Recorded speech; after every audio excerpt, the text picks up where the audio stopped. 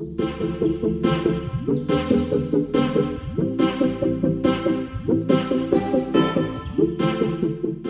guys, today we're going to be baking macarons.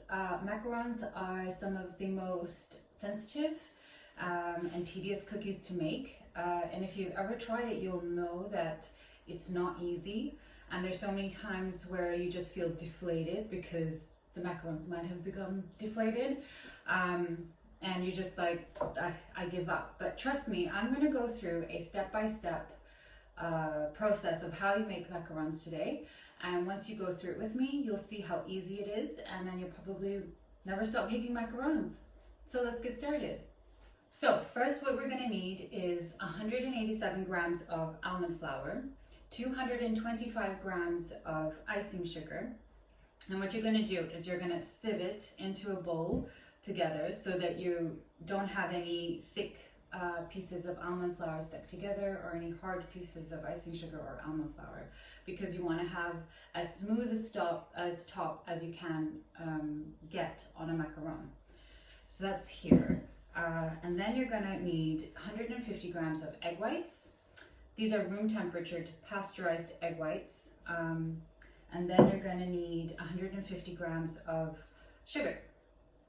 See, just regular sugar. And that's it, really, 4 ingredients, and that's how you make macarons. So let's get started. First, let's finish sifting off the almond flour and icing sugar. You have to make sure that you do this carefully and thoroughly. I usually sift it twice sometimes if I feel that the kind of almond flour I've gotten is a little bit more coarse. So some of the other things that we need to make our macarons are a digital scale. You can use a regular scale if you want, but a digital one is very good because you need to make sure that all your measurements are exact and precise.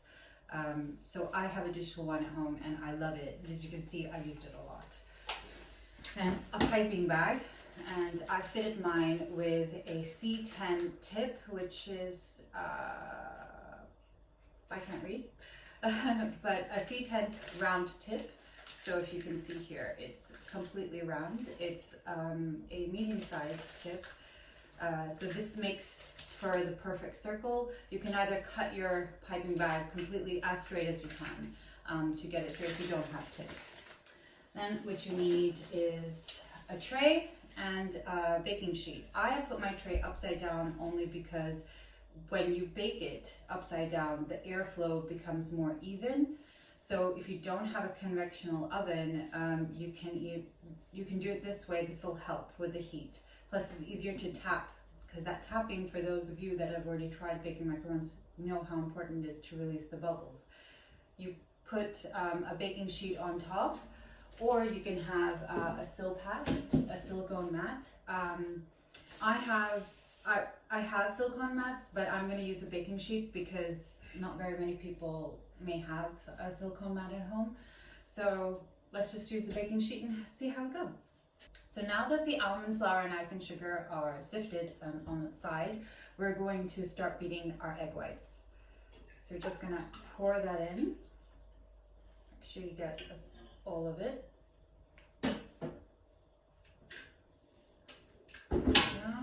Start it at medium, and then halfway through, when it soft peaks, we're going to start pouring in the sugar slowly, and then we're going to put it to high to reach a meringue stiffness.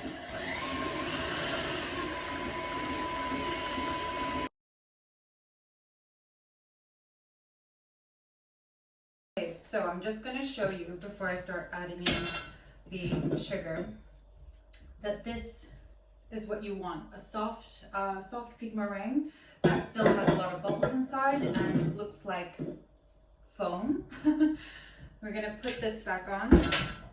I'm gonna put it to medium while I'm pouring the sugar in, and when the sugar is all inside, then I'm gonna whisk it on high.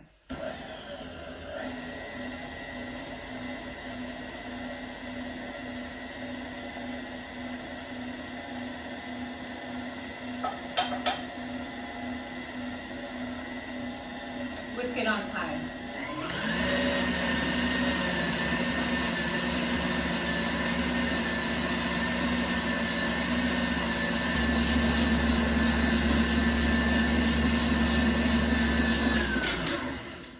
Okay, so now it's stiff peaks. I'm going to show you what that looks like. So you see the whisk is completely different. The meringue is shiny, glossy, but thick. You can shake it a little and it won't come out, and it holds its peak really nicely. At this point, you can either leave it white if you want to have white macarons, or you can add color. I like to use gel food coloring. There are companies that do colors specifically for macarons.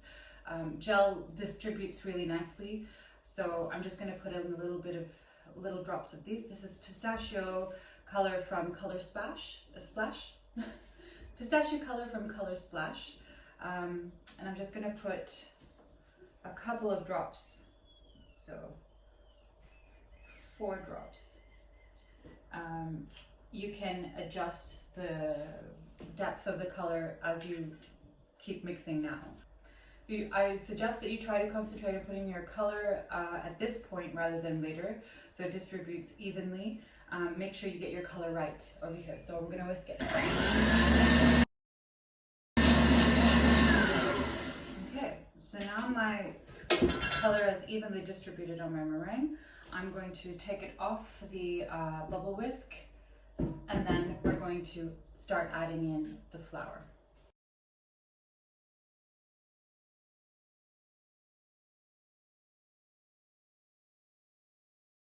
Once you've got your meringue off of the bubble whisk, just give it a stir just to make sure that there's no pieces of white meringue at the bottom and the color is completely distributed. I like to just make sure that it's all even so you have no streaks when piping it out. Okay, so what we're going to do is we're going to make a slight well in here, and then we're going to add half of the mixed and sieved almond flour and icing sugar. So just eyeball half of it. So, and then you're going to fold, just fold, don't fold and press yet. You're going to fold the meringue into the almond flour. You're going to make sure that the meringue is completely coated, or the almond, you have to make sure that the almond flour and icing sugar are completely coated with the meringue. This takes a little time.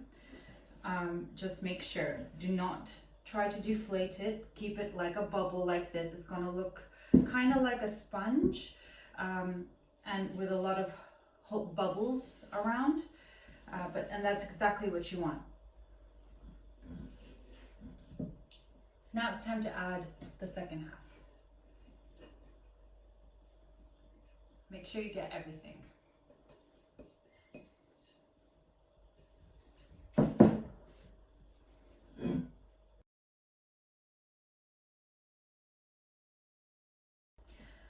Okay, so now it's completely folded in, and this is what it looks like. It kind of looks like a sponge with little bits and pieces inside and some air bubbles. Now we're going to continue the macaronage by deflating the meringue. So first we were trying to keep the air bubbles, now we want to deflate it, and this is the way that I do it.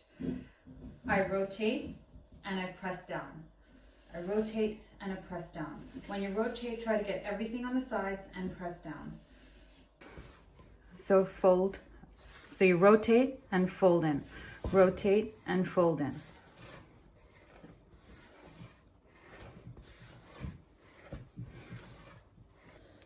So you know when your macaron meringue is done is when you lift it up and it falls down, and it keeps its shape when it falls down as well.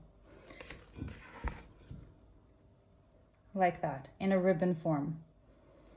Okay, so now we're going to put it in the piping bag. A pro tip here, use a jug or something long to pour it into your piping bag. If you have a tip, just twist it, put it down so it doesn't fall all the way through. Open your piping bag and place it around your jug.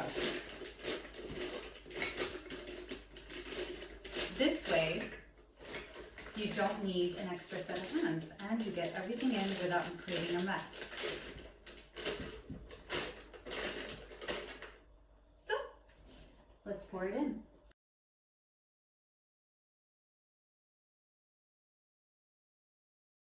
Okay, now it's all in. We're going to just roll it up. And then we're going to start piping. I've got my tray here upside down with the baking sheet on top. I'm just going to give this a twist so it doesn't come out. I'm going to press it slightly here so there's no air bubbles in between. And then we're going to start piping. So the way that I pipe is that I pipe straight down and then I do a little swirl and I kick it off. So I'm going to do a zoom in so you can see how I do it. Pipe down and kick. Pipe down, swirl, kick. Pipe down, swirl, kick. Pipe down, swirl, kick. Okay, so once you've piped your macarons, you want to give it a little tap. So what you do is you lift it and you just do this. You can even tap it on each angle. But because mine are quite okay, the reason you want to do this is because you want to release all the air bubbles if there are any in the macarons. And if there are, you use like a toothpick just to fix up the areas where there are bubbles.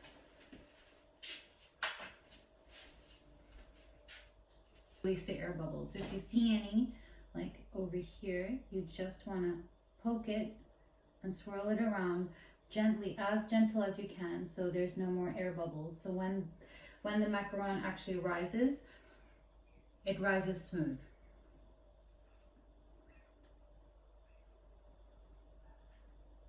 Okay, seems like we're pretty good.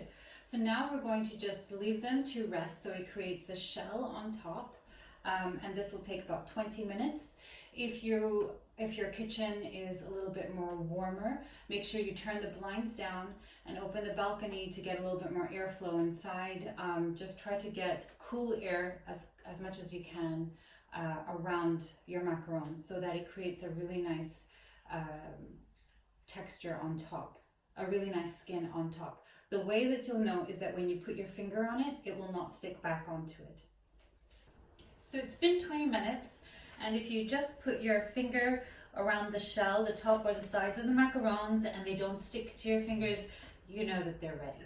The skin has developed. So now we're going to put them into the oven for 20 to 22 minutes at 135 centigrade. And we will not open the door of the oven.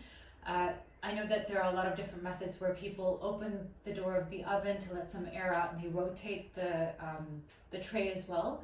But for these macarons, you don't have to do that. So you're just going to put them in, you're going to let them do their thing for about 20 to 22 minutes, and then you'll take them out. When you take them out, do not remove them from the tray. Let them keep baking on the tray outside of the oven. So you just let them rest. Once they're cooled completely, I mean like 100% completely cooled, no heat whatsoever or warmth coming from them, that's when you can easily take them off the baking paper or your silk pad. So yeah, I'll see you guys in about 20-22 minutes. Okay guys, so I've just taken them out of the oven and I've also let them cool down completely before I take it off. Just so you guys are aware, because you're using a baking sheet or a baking paper, you need to leave them on here and do not touch them until they are 100% cooled. If you're using a silicone mat and you don't have the time to wait, you can stick it into the freezer for about 10 minutes and then they'll just slide right off. I'm going to take these off now.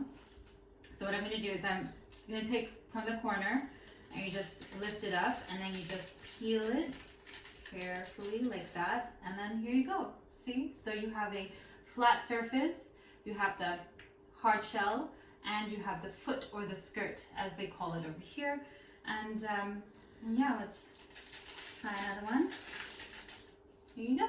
See? So now you've got your macarons and they're ready to be filled. I hope you enjoyed this tutorial. Don't forget to like, subscribe, and comment below. And also I have many different recipes on my blog, which is bakedbyammna.com.